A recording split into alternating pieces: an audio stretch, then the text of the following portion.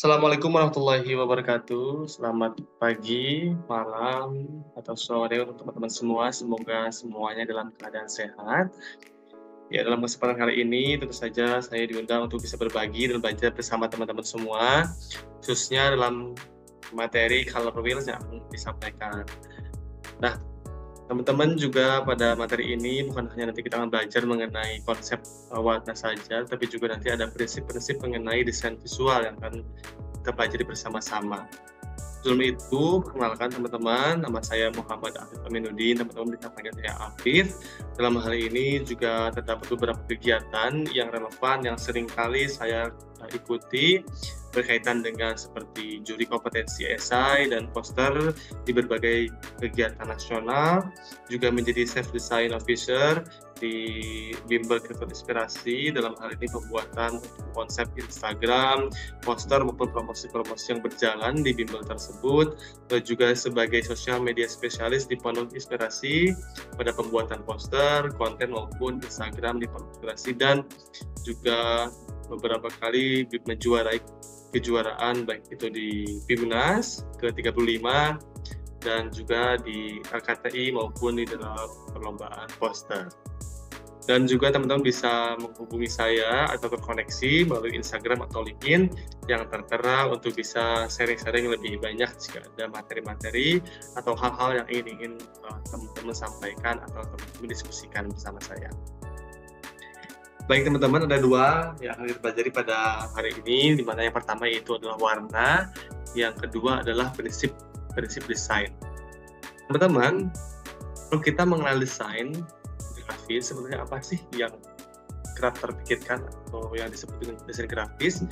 Saya memaknai bahwa desain grafis ini merupakan seni dalam bentuk komunikasi yang dilakukan secara visual, di mana ada dua kata kunci di sini, yaitu seni komunikasi dan visual. Kalau kita lihat di keseharian kita bahwa seringkali melihat di sekeliling kita itu juga banyak sekali desain-desain visual yang dilakukan untuk tujuan berkomunikasi dengan target pasar atau dengan audiens yang mereka targetkan. Nah, di mana memang kenapa visualisasi ini penting, yaitu saja untuk memudahkan dalam bertukar informasi, karena keberadaannya di setiap hal yang kita lihat, baik itu seperti di kartu ucapan, baik itu dalam produk seperti biskuit maupun dalam kemasan-kemasan kaleng.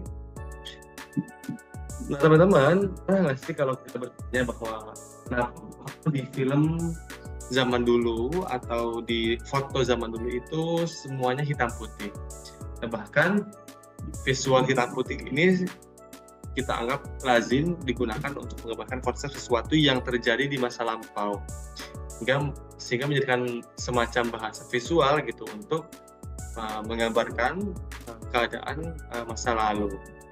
Nah, apakah itu lukisan, foto, atau film seharusnya mempresentasikan atau merepresentasikan realitas yang memang jangan-jangan masyarakat atau orang dulu itu melihat dunia ini dengan hitam putih.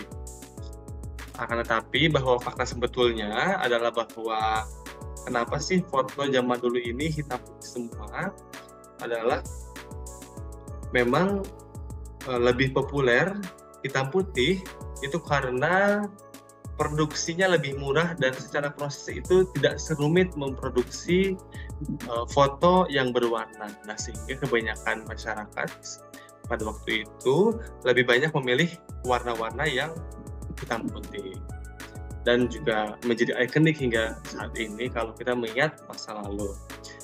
Nah, kalau kita tampilkan foto ini, pasti teman-teman menyangka bahwa foto ini diambil di tahun 90-an atau paling lama sekitar tahun 80-an.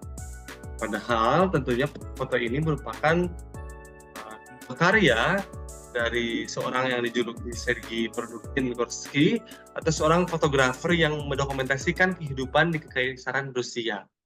Dan ternyata fotonya sudah berwarna. Nah, kalau kita lihat perbandingan gambar pada tahun 1945 dan 1907, ya, bahwa terdapat foto yang hitam putih, dan ternyata di tahun 1907 itu fotonya sudah berwarna yang diambil oleh Sergei tadi. Ini mengartikan menjelaskan bahwa pada zaman dulu juga memang foto warna itu diproduksi, ya kan? Tapi karena produksinya lebih mahal dan lebih rumit, jadi orang-orang memang lebih populer menggunakan foto yang hitam putih. Nah, teman-teman, jadi bahwa kalau kita simpulkan, jadi memang warna ini merupakan hal yang natural dalam sebuah karya visual, karena kita melihat dunia ini dengan penuh warna, dan elemen warna inilah yang digunakan untuk kita berkomunikasi tadi dan menyampaikan emosi dalam sebuah karya.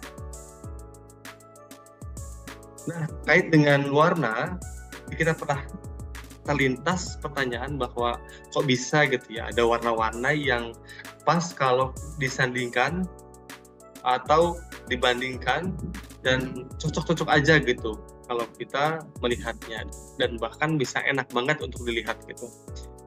Nah, mungkin adalah seperti itu. Nah, mungkin kalian bisa terlintas pertanyaan seperti itu pada saat melihat suatu lukisan gitu ya, atau foto, atau bahkan mix and match baju, dan seseorang itu cara memilih warnanya gimana gitu ya, kayak kadang-kadang random aja gitu, dan milih warna secara random ternyata hasilnya kelihatan enak gitu.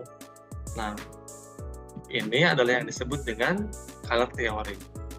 Nah, jadi color theory ini merupakan ilmu yang digunakan untuk berbagai keperluan seperti desain, mix and match baju, memilih warna background atau font pada saat presentasi maupun lainnya.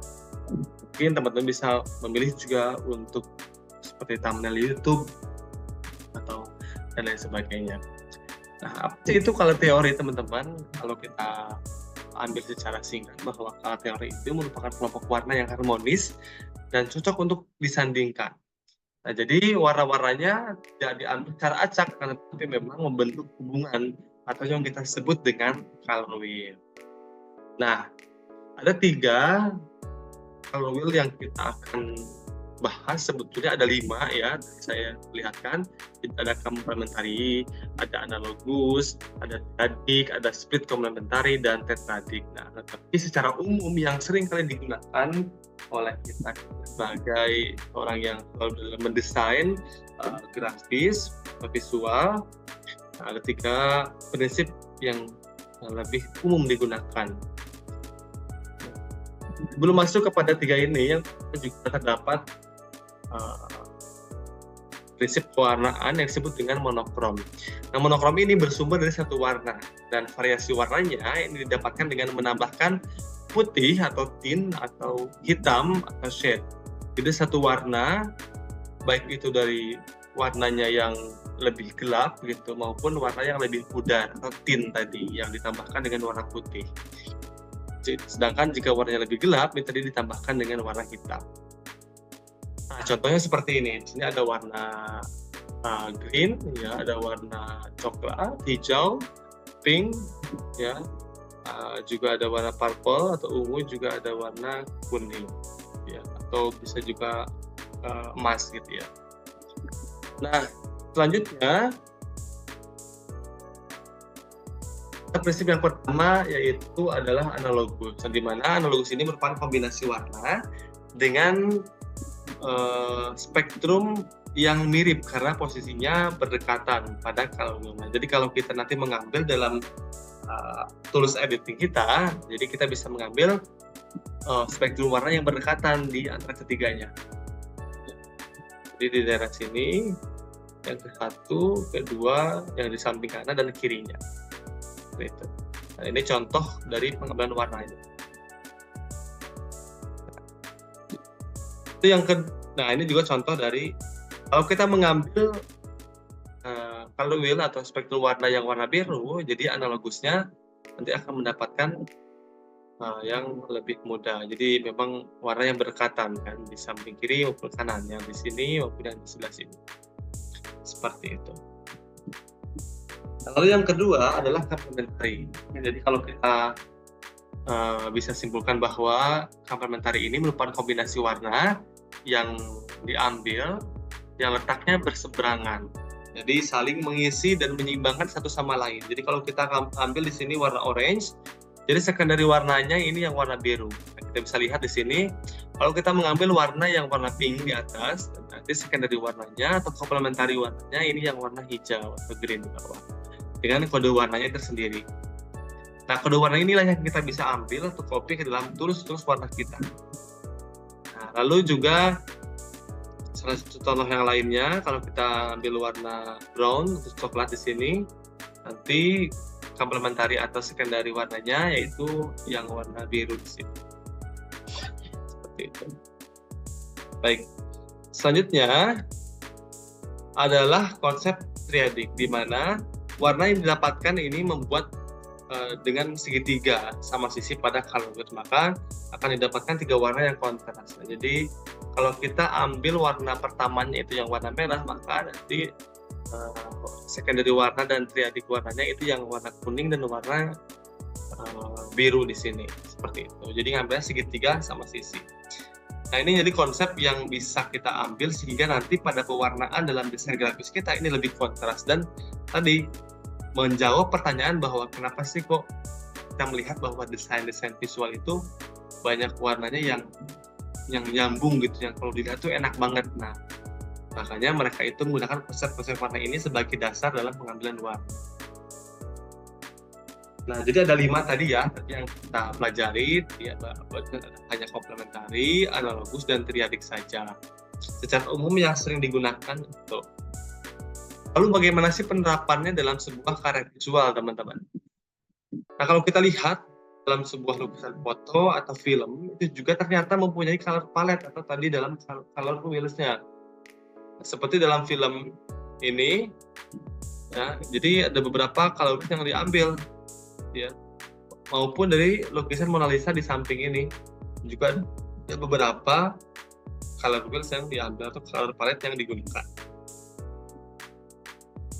Nah, berikut juga sebuah lukisan dari atau yang mempunyai judul Noon Rest from Work, yaitu mempunyai color palette, ataupun lukisan The Filled with Crowns,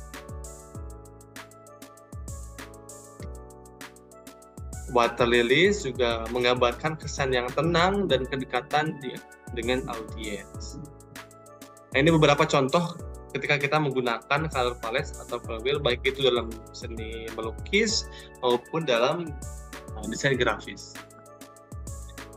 Teman-teman, bahwa warna tadi memberikan arti bahwa bukan sekedar elemen visual saja, tapi juga digunakan untuk bisa menyampaikan emosi dan narasi. Kalau kita lihat pada poster ini, teman-teman, jadi ini menggunakan skema warna yang memberikan kesan soft, lembut, dan feminim, sehingga warna-warna yang diambil ini lebih cerah, lebih muda, lebih feminin, ya. Kenapa? Karena produk yang ditampilkan dalam iklan ini juga adalah produk-produk yang sasarannya ini kepada kaum muda dan kaum wanita, gitu ya. Sehingga kesan warna yang diambil ini soft, lembut, dan feminin. Jadi bisa mengambil color palette-nya itu ada putih, ada biru, gitu ya, ada biru tua, gitu. Jadi tinggal disesuaikan dengan prinsip-prinsip yang tadi. Ikut juga contoh satu lagi, kita bisa lihat bahwa ini memberikan kesan yang lebih energik atau fresh, karena memang target sasarannya untuk produk yang laki-laki atau gentleman banget, gitu. Itu sebuah produk cuff, begitu, sabun cuci muka yang khususnya untuk laki-laki. Nah, teman-teman, di dalam tools yang kita gunakan, baik itu di Canva, di Photoshop, maupun di Adobe Illustrator, pasti teman-teman menemukan satu pengaturan yang bisa kita gunakan untuk bisa mengatur warna. Nah, jika kita tarik ke belakang, itu tadi memberikan warna putih atau menambahkan warna putih, itu sebutnya tint. Tapi kalau ditarik ke samping, ya, ke pojok, jika kita memberikan warna abu-abu, ya, atau sedikit gelap, nah itu disebut dengan tone. Atau jika kita memberikan warna yang lebih gelap dari warna dasar kita, itu disebut dengan shade atau menambahkan warna hitam, ya. Nah, di sini terdapat kode warna yang tadi bisa kita copy dari color wheels kita, sehingga nanti warna-warna yang kita gunakan di tools kita itu bisa langsung teraplikasikan, gitu. Lalu yang di sebelah sini nanti juga kita bisa gunakan color wheels atau kita pilih secara manual. Itu. Nah, teman-teman, tadi itu beberapa materi berkaitan dengan prinsip-prinsip kita dalam penggunaan warna gitu ya. Nah, sekarang kita masuk pada bagian yang kedua, yaitu mengenai desain prinsip atau prinsip desain gitu ya, di mana dalam hal ini memang tidak seharusnya atau tidak semuanya kita harus mengikuti aturan akan tetapi memang kita yang paling penting adalah kita mengetahui prinsip-prinsipnya sehingga nanti di dalam praktek mendesain itu kita punya patokan gitu ya. Yang pertama adalah sebuah garis, di mana garis ini tentu saja kita akan membantu untuk bisa mengarahkan mata, menciptakan penekanan juga dan juga memberikan sensasi pergerakan. Contohnya sebagai berikut, dari sebuah garis bisa mendapatkan atau menghasilkan sebuah gambar-gambar yang memiliki pola-pola tertentu seperti wajah ataupun pola random ataupun bahkan elemen-elemen. Dan juga adalah skala atau ukuran gitu ya, di mana ukuran ini juga bisa menarik perhatian dan dari elemen-elemen tertentu dan menciptakan penekanan dan drama. Artinya drama itu feel gitu ya, rasa gitu dari desain atau grafis yang kita tampilkan. Nah, tadi juga ada kontras. Prinsip yang ketiga yaitu bahwa kontras ini kita gunakan untuk bisa membedakan antara elemen dalam serangkaian bentuk yang serupa sehingga terlihat mana yang kita tonjolkan dan mana yang kita akan baca urutannya kedua, ketiga, dan keempat gitu ya. Nah, seperti contoh gambar di sini, pasti yang pertama kita lihat adalah buahnya terlebih dahulu, baru tulisan kontras gitu ya. Nah, ini yang disebut dengan kontras. Lalu yang kedua adalah bertujuan untuk menarik perhatian dari audiens yang kita tuju, tentu saja. Nah, satu yang keempat itu ada unity atau kesatuan, di mana bahwa desain grafis yang kita buat ini bisa terlihat semuanya ini secara bersamaan.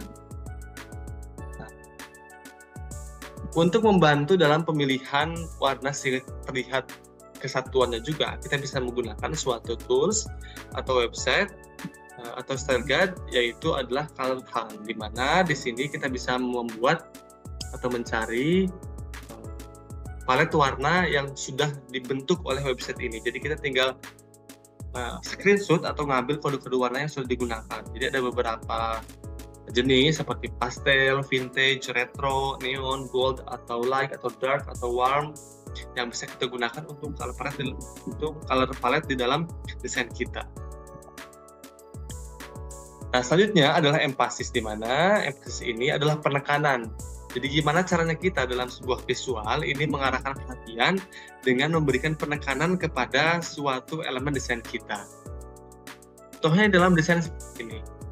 Kalau kita lihat dalam desain ini, tentu saja penekanan pertama adalah kita akan melihat produknya terlebih dahulu, baru kita melihat tulisan mega power mini size, dan baru kita melihat tulisan tambahan yang lainnya. Nah, ini yang disebut dengan penekanan. Jadi dalam desain mana akan kita tonjolkan terlebih dahulu untuk bisa menarik audiens. Nah, bisa kita gunakan dari segi ukuran font, bisa kita gunakan dari segi ukuran elemen, atau bahkan dari segi warna tadi. Nah, warna juga menentukan sebuah call to action, di mana ketika warna ini semakin mencolok, kita tentu saja akan lebih banyak berinteraksi, atau pandangan pertama kita akan langsung menuju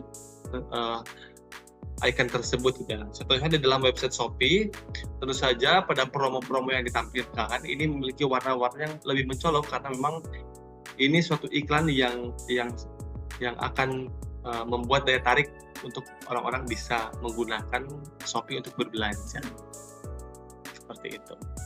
Dan selanjutnya adalah space. Nah, space ini ya tersebut dengan ruang, ya, di mana seringkali memang kita menganggap sepele ya, karena memang tidak terlihat.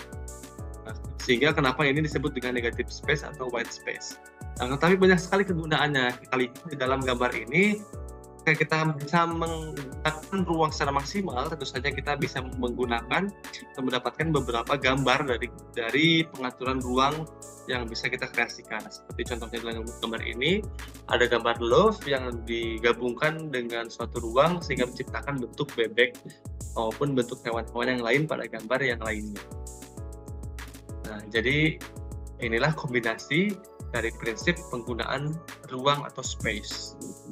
Nah, lihat desain yang saya buat juga, di mana di sini sebuah sepatu yang dipromosikan. Kalau kita lihat di sini memang semua informasi itu sudah lengkap ya, baik itu dari segi penjualannya, dari foto produknya, dari kata-kata untuk mendesak menarik audiensnya.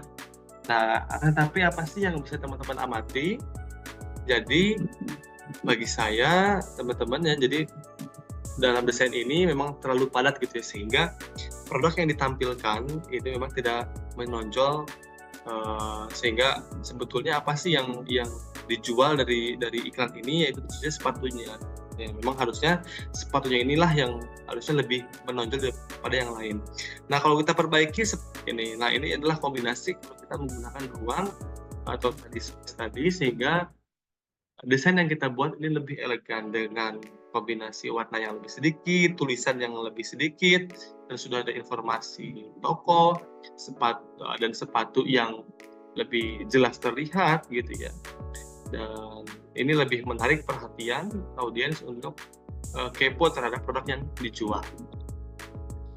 Nah, selanjutnya adalah balance. Nah, teman-teman, di mana balance ini menggambarkan bahwa seolah-olah kita mempunyai berat gitu ya. Atau dalam desain kita udah seimbang belum. Nah, jadi kalau kita nanti membuat poster atau dalam sebuah desain grafis, kalau kita balik ke kanan, kiri, ke belakang, apakah desain itu sudah cocok, proporsional atau belum gitu ya. Kalau dilihat dari kiri, oh sudah cocok, dilihat dari kanan, oh sudah oke, dari atas dari bawah sudah oke. Nah, itulah yang disebut dengan balance. Lalu seimbang. Nah, jadi seperti ini teman-teman. Jadi kalau dibelak balik, ini tetap bagus untuk dilihat. Nah, selanjutnya yang tidak kalah penting yaitu adalah hierarki, di mana menonjolkan mana sih yang terpenting dan siapa yang lebih diutamakan. Nah, di sini biasanya diletakkan dari segi warna, dari segi ukuran, dan dari segi posisi, baik itu di atas, di bawah, di tengah, gitu ya. Kita lihat seperti ini. Pasti teman-teman ketika membaca kata-kata ini, yang pertama dibaca adalah yang bagian atas, yang warna merah. Nah, jadi warna, ukuran juga menentukan. Lalu pasti setelah itu membaca bacaan atau kalimat yang kedua dan paragraf yang terakhir. Nah, ini yang disebut dengan hierarki. Jadi mana urutan yang ditonjolkan terlebih dahulu, baru urutan kedua dan urutan ketiga. Nah, berikut juga ada majalah Tempo. Nah, pikir panjang, kita tahu gitu ya elemen utama dari layout majalah ini. Jadi kita akan pertama kali baca Risma CS jadi korban taktik politik. Nah, jadi inilah yang disebut dengan hierarki tadi. Jadi pemposisian di mana kita bisa menunjukkan mana sih yang akan kita perlihatkan terlebih dahulu. Pandangan pertama kita harus menuju mana gitu ya. Seperti itu. Nah, berikut juga di dalam pembuatan sebuah website, misalkan di Tokopedia, tentu saja tadi seperti di Shopee juga promo-promo bisa tonjolkan lebih besar, sehingga itu menunjukkan hierarki. Baru nanti jika ada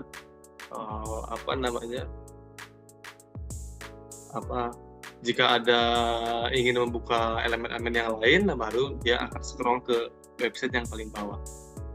Nah, jadi hierarki ini bukan hanya tentang tipografi, teman-teman. Jadi bahwa ukuran, warna, itu akan memberikan perhatian yang lebih utama. Nah, maka elemen yang kita penting itu mempunyai hierarki yang paling tinggi atau diposisikan hierarkinya yang paling tinggi.